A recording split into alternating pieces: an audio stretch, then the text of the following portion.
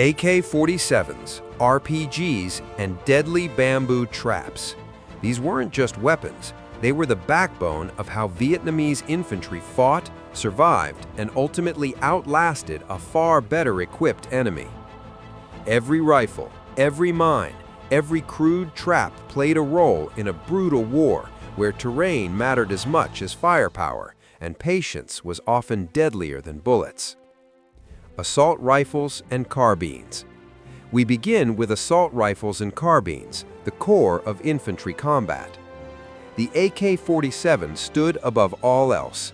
This legendary rifle became the unmistakable symbol of PAVN forces. In mud-soaked jungles and relentless monsoon rain, it kept firing when other weapons failed.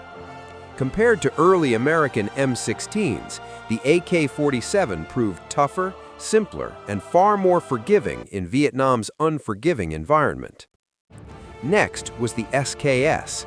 This semi-automatic carbine became a mainstay for Viet Cong militia units. Easy to maintain and mechanically simple, it allowed even lightly trained fighters to deliver accurate fire against U.S. patrols moving through villages and jungle trails. VZ-58 lightweight rifle. The VZ-58 may have resembled a Soviet rifle, but internally it was a completely different machine. Its greatest strength was weight, or lack of it. Being remarkably light made long marches through thick jungle far less exhausting, giving fighters stamina where it mattered most. Type 63 hybrid design. China's Type 63 blended features from multiple platforms. It offered better control during sustained fire and included a bolt-hold open system that sped up reloads in the middle of chaotic firefights when seconds meant survival. AMD-65 mobility weapon. The Hungarian AMD-65 was built for movement. With a short barrel and folding metal stock, it was ideal for close-quarters fighting, tunnels, and rapid assaults where bulky rifles became a liability. VZ-52 logistics solution. The early Czech VZ-52 originally fired an uncommon cartridge, but many were later converted to standard ammunition. This change simplified logistics in the field, ensuring units stayed armed even when supply lines were strained.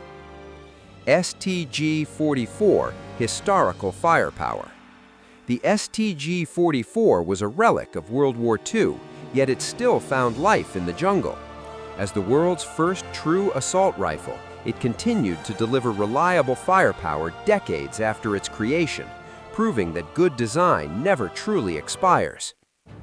Submachine guns for ambush warfare. Now we move into submachine guns, perfect for sudden jungle ambushes. The K-50M was a locally modified Soviet design built specifically for fighting U.S. patrols. Its compact form made lightning-fast strikes devastatingly effective. PPSH-41, Wall of Fire. The PPSH-41 became infamous for its blistering rate of fire. With a drum magazine attached, it could unleash a terrifying storm of bullets in seconds, overwhelming enemy units before they could react. PPS-43, Mountain Fighter. The PPS-43 was simpler and lighter, stamped from steel for durability. Its compact size made it ideal for long treks through mountains, where weight could decide whether a unit reached its target. M49-57 dependable close combat. Yugoslavia's M49-57 shared DNA with Soviet designs. It was dependable, easy to maintain, and deadly in tight jungle encounters where reliability mattered more than refinement. M56 concealable firepower. Inspired by German designs, the M56 featured a long magazine and folding stock. This allowed fighters to conceal it easily while still delivering automatic fire when ambushes unfolded. SA-23 compact innovation. The Czech SA-23 used a telescoping bolt, keeping the weapon extremely short without sacrificing balance. For its time, it was remarkably advanced and highly controllable. Scorpion machine pistol. The VZ-61 was tiny but vicious. Designed for personal defense, it could be holstered yet unleash rapid fire in sudden close-range encounters. PM-63 RAK, compact automatic. Poland's PM-63 featured a unique sliding action. Tank crews and special units favored it for its compact size and full auto capability. MP-40, legacy weapon. The iconic MP-40 often arrived as military aid. Its smooth recoil and steady fire rate made it effective in both urban fighting and jungle skirmishes. PPD-3440, early Soviet design. The PPD-3440 set the foundation for later Soviet submachine guns. With its high-capacity drum and solid reliability, it served faithfully in the early stages of the war. Machine guns and squad firepower. Now to machine guns. The RPD formed the backbone of squad-level support. Fed by a 100-round belt stored in a drum, it delivered steady, suppressive fire against advancing U.S. units. RPK, sustained fire rifle. The RPK was a heavier AK variant with a longer barrel. It allowed sustained fire without overheating, making it invaluable in defensive engagements. TUL-1, local production. The TUL-1 was a domestically produced heavy rifle based on the RPK concept, ensuring consistent firepower even when foreign supplies slowed. PKM, legendary reliability. The PKM earned its reputation as one of the greatest machine guns ever made. Light for its power and brutally reliable, it functioned flawlessly in the harshest conditions. DP-28, pan magazine. Recognizable by its flat pan magazine, the DP-28 was old but effective. Its heavy rounds kept enemies at bay despite its age.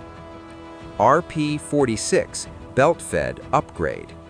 The RP-46 replaced pan magazines with belt feeding, allowing longer periods of continuous fire without frequent reloads. SG-43, heavy defense. Mounted on tripods or wheels, the SG-43 defended fixed positions. It could fire thousands of rounds during extended engagements. VZ-59, versatile machine gun. The VZ-59 could serve as both light and heavy machine gun. Its unique grip-based control system allowed stable operation in multiple roles. DSHK, anti-aircraft giant. The DSHK fired massive rounds capable of shredding armor. It became the North's primary tool for bringing down helicopters and stopping vehicles. ZPU-1, hidden sky killer. The ZPU-1 anti-aircraft gun was often concealed in jungle cover, devastating low-flying aircraft during rescue operations. MG-34 and MG-42, war legends. The MG-34 delivered precision and speed, while the MG-42 terrified enemies with its blistering rate of fire, pinning entire platoons in place. Bolt action and sniper rifles.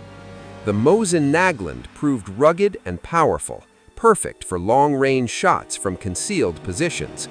The SVD Dragunov elevated sniping, allowing marksmen to eliminate officers and key targets with chilling accuracy. Scoped Mosin PU variants and the German Kar-98K further strengthened long-range capabilities. Handguns and silent tools. Sidearms like the TT-33, Makarov PM, Stechkin APS, and suppressed Nagant revolvers filled close quarters and covert roles. The Chinese Type 67 pistol with integrated suppressor became essential for silent eliminations. Anti-tank and support weapons. RPG-2s and RPG-7s gave infantry the ability to destroy bunkers and vehicles. Recoilless rifles like the B-10 and B-11 delivered devastating direct fire, while SPG-9s engaged from safer distances. Flamethrowers and early guided missiles added terror and precision. explosives and mines. Grenades, anti-tank mines, and ingenious booby traps created constant fear. From F1 fragmentation grenades to hidden mines and tripwire traps, every step became a risk. Mortars and indirect fire. Portable mortars like the Type 31 and heavy Soviet designs rained destruction from afar, supporting assaults and disrupting enemy formations. Indigenous jungle weapons. Finally, improvised zip guns, punji stakes, and bamboo traps showed unmatched ingenuity. Simple, brutal, and psychological, they slowed advances and shattered morale. If this breakdown opened your eyes to how resourcefulness can rival raw power, make sure to like, subscribe, and stay with us till the end, because history hides its deadly lessons in the small